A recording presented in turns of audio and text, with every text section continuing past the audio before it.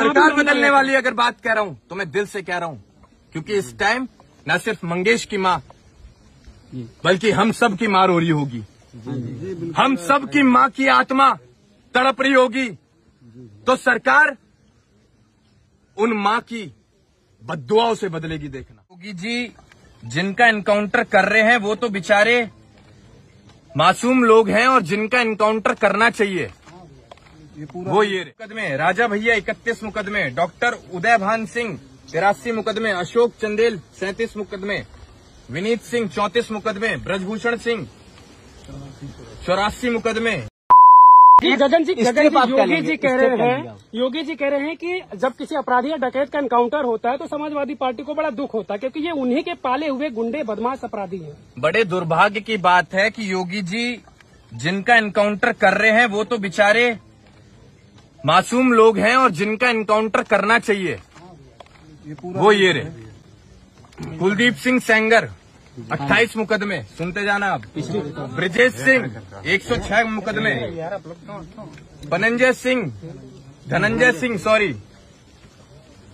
46 मुकदमे, राजा भैया 31 मुकदमे, डॉक्टर उदय भान सिंह 83 मुकदमे, अशोक चंदेल 37 मुकदमे, विनीत सिंह 34 मुकदमे, ब्रजभूषण सिंह 84 मुकदमे, चुलबुल सिंह 53 मुकदमे, मोनू सिंह 57 मुकदमे, सोनू सिंह 48 मुकदमे, अजय सिंह सिपाही 81 मुकदमे, पिंटू सिंह 23 मुकदमे, रानी सिंह 48 मुकदमे, संग्राम सिंह 58 मुकदमे, चुन्नू सिंह 42 मुकदमे, याशा सिंह 88 मुकदमे। और ये तो बात छोड़ो आप, हम एक बात कहना चाहेंगे, एक बार माननीय मुख्यमंत्री जी के ऊपर भी कितने मुकदमे हैं इसकी भी जांच हो, उसे भी आप लोग उठाने का काम करें।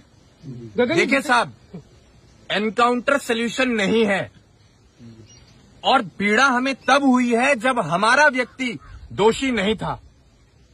और अगर ऐसे आप हत्याएं करेंगे, जान लेंगे किसी की, तो एक चीज का ध्यान रखना, भगवान के घर देर है अंधेर नहीं है। जितने नाम आपने गिनवाए सब नाम के बाद में सिंह लगे हुए थे। क्या बताना आप चाह रहे हैं कि यादवों को टारगेट किया जा रहा है, किसी विशेष जात को टारगेट बिल्कुल किया जा रहा है, बिल्कुल किया जा रहा है। भैया एनकाउंटर है कि हत्या है? ये हत्या है, और एनकाउंटर का रूप देकर जी भैया जिसने हत्या किया उसके साथ कार्रवाई होनी चाहिए कि नहीं? बिल्कुल कार्रवाई होनी चाहिए। और हमें तो ऐसी भी सूचना मिली है कि कुछ अधिकारी ऐसे हैं जो प्रमोशन पाने के लिए ऐसी घटनाओं को बढ़ावा देते हैं। आप एक सेमिनार में बोले थे, रिकॉर्ड शीट हमें ये भी सूचना मिली है कि कई अधिकारी पैरों पर गोली मारने का भी अपना रिकॉर्ड बनाना चाहते हैं। परिवार के साथ हमें ये भी पता है कि अब तक 56 वाला रिकॉर्ड तोड़कर वो एनकाउंटर में अपना भौकाल बनाना चाहते हैं कि हम सबसे ज्यादा एनकाउंटर करने वाले एनकाउंटर स्पेशलिस्ट हैं। एक सेमिनार में मैंने आपको सुना था कि अगर युवाओं का पसीना बहेगा तो उस जगह मेरी खून बहेगी।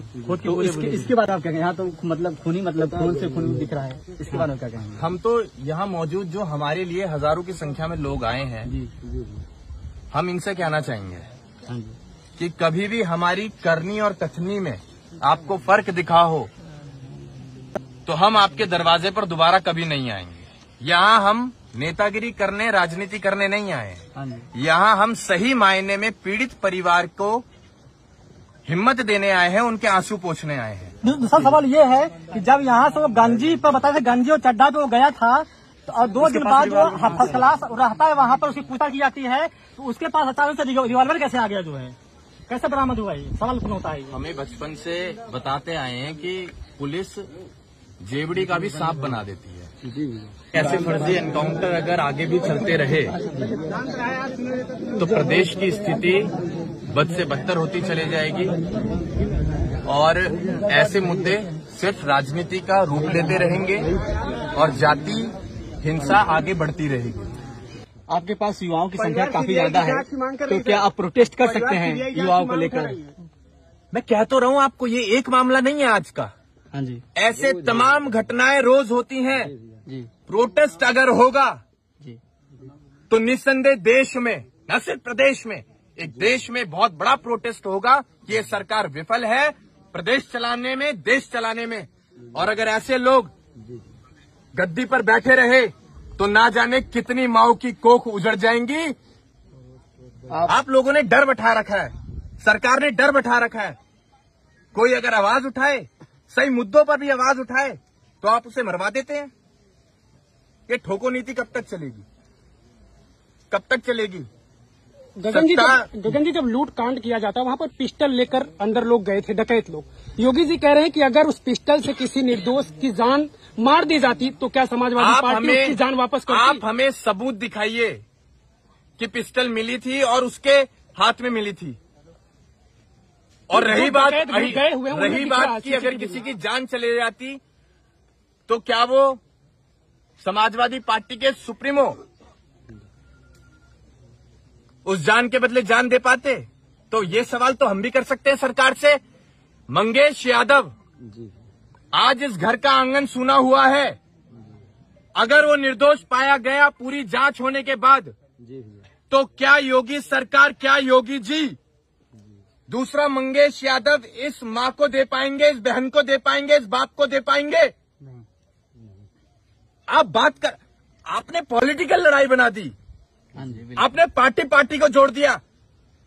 आपने वो घर ही नहीं देखा जिस घर में अब तक आंसू नहीं सूखे। आपने वो मां नहीं देखी जो बेहोश पड़ी है। आपने वो बहन नहीं देखी जो हमसे बात करते हुए गिर गई बेहोशी में। आप लड़ाई लड़ रहे हैं भाजपा सपा, भाजपा सपा। इंसानियत कहां गई? इंसानियत खत्म हो गई इस राजनीति के चक्कर में। लास्ट सवाल बता दीजिए, जिस प्रकार 1.5 करोड़ की डकैती हुई उसके बाद मामला पूरा चर्चित हुआ, उत्तर प्रदेश पुलिस पे प्रश्न तमाम खड़े हुए कि अभी तक अपराधी नहीं पकड़ा गया, तो क्या मंगेश यादव को कहीं एक कमजोर परिवार को बलि का बकरा नहीं बना दिया गया लोगों की जुबान पे ताला लगाने के लिए कि इनकाउंटर में मारा गया मुख्य आरोपी? इस देश में कमजोर आदमी हमेशा पिसेगा, कमजोर आदमी हमेशा मारा जाएगा। ताकतवर को कोई उंगली भी नहीं दिखा सकता। हमें दिखा के दिखाओ मंगेश यादव को।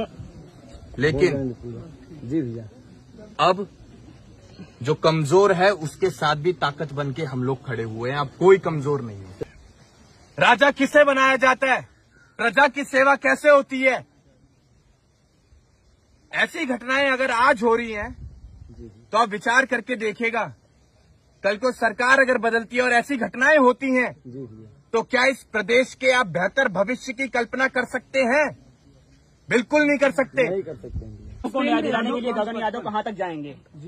जहां तक हमें ये परिवार आदेश देगा वहां तक जाएंगे। मैं इससे बड़ी बात नहीं बोल सकता कि इस बार सरकार भी बदल के दिखाएंगे। गगन जी, इसके पहले पुष्पेंद्र यादव को मारा गया और मैं सरकार बदलने वाली अगर बात कह रहा हूं तो मैं दिल से कह रहा हूं, क्योंकि इस टाइम न सिर्फ मंगेश की मां बल्कि हम सब की मां रो रही होगी।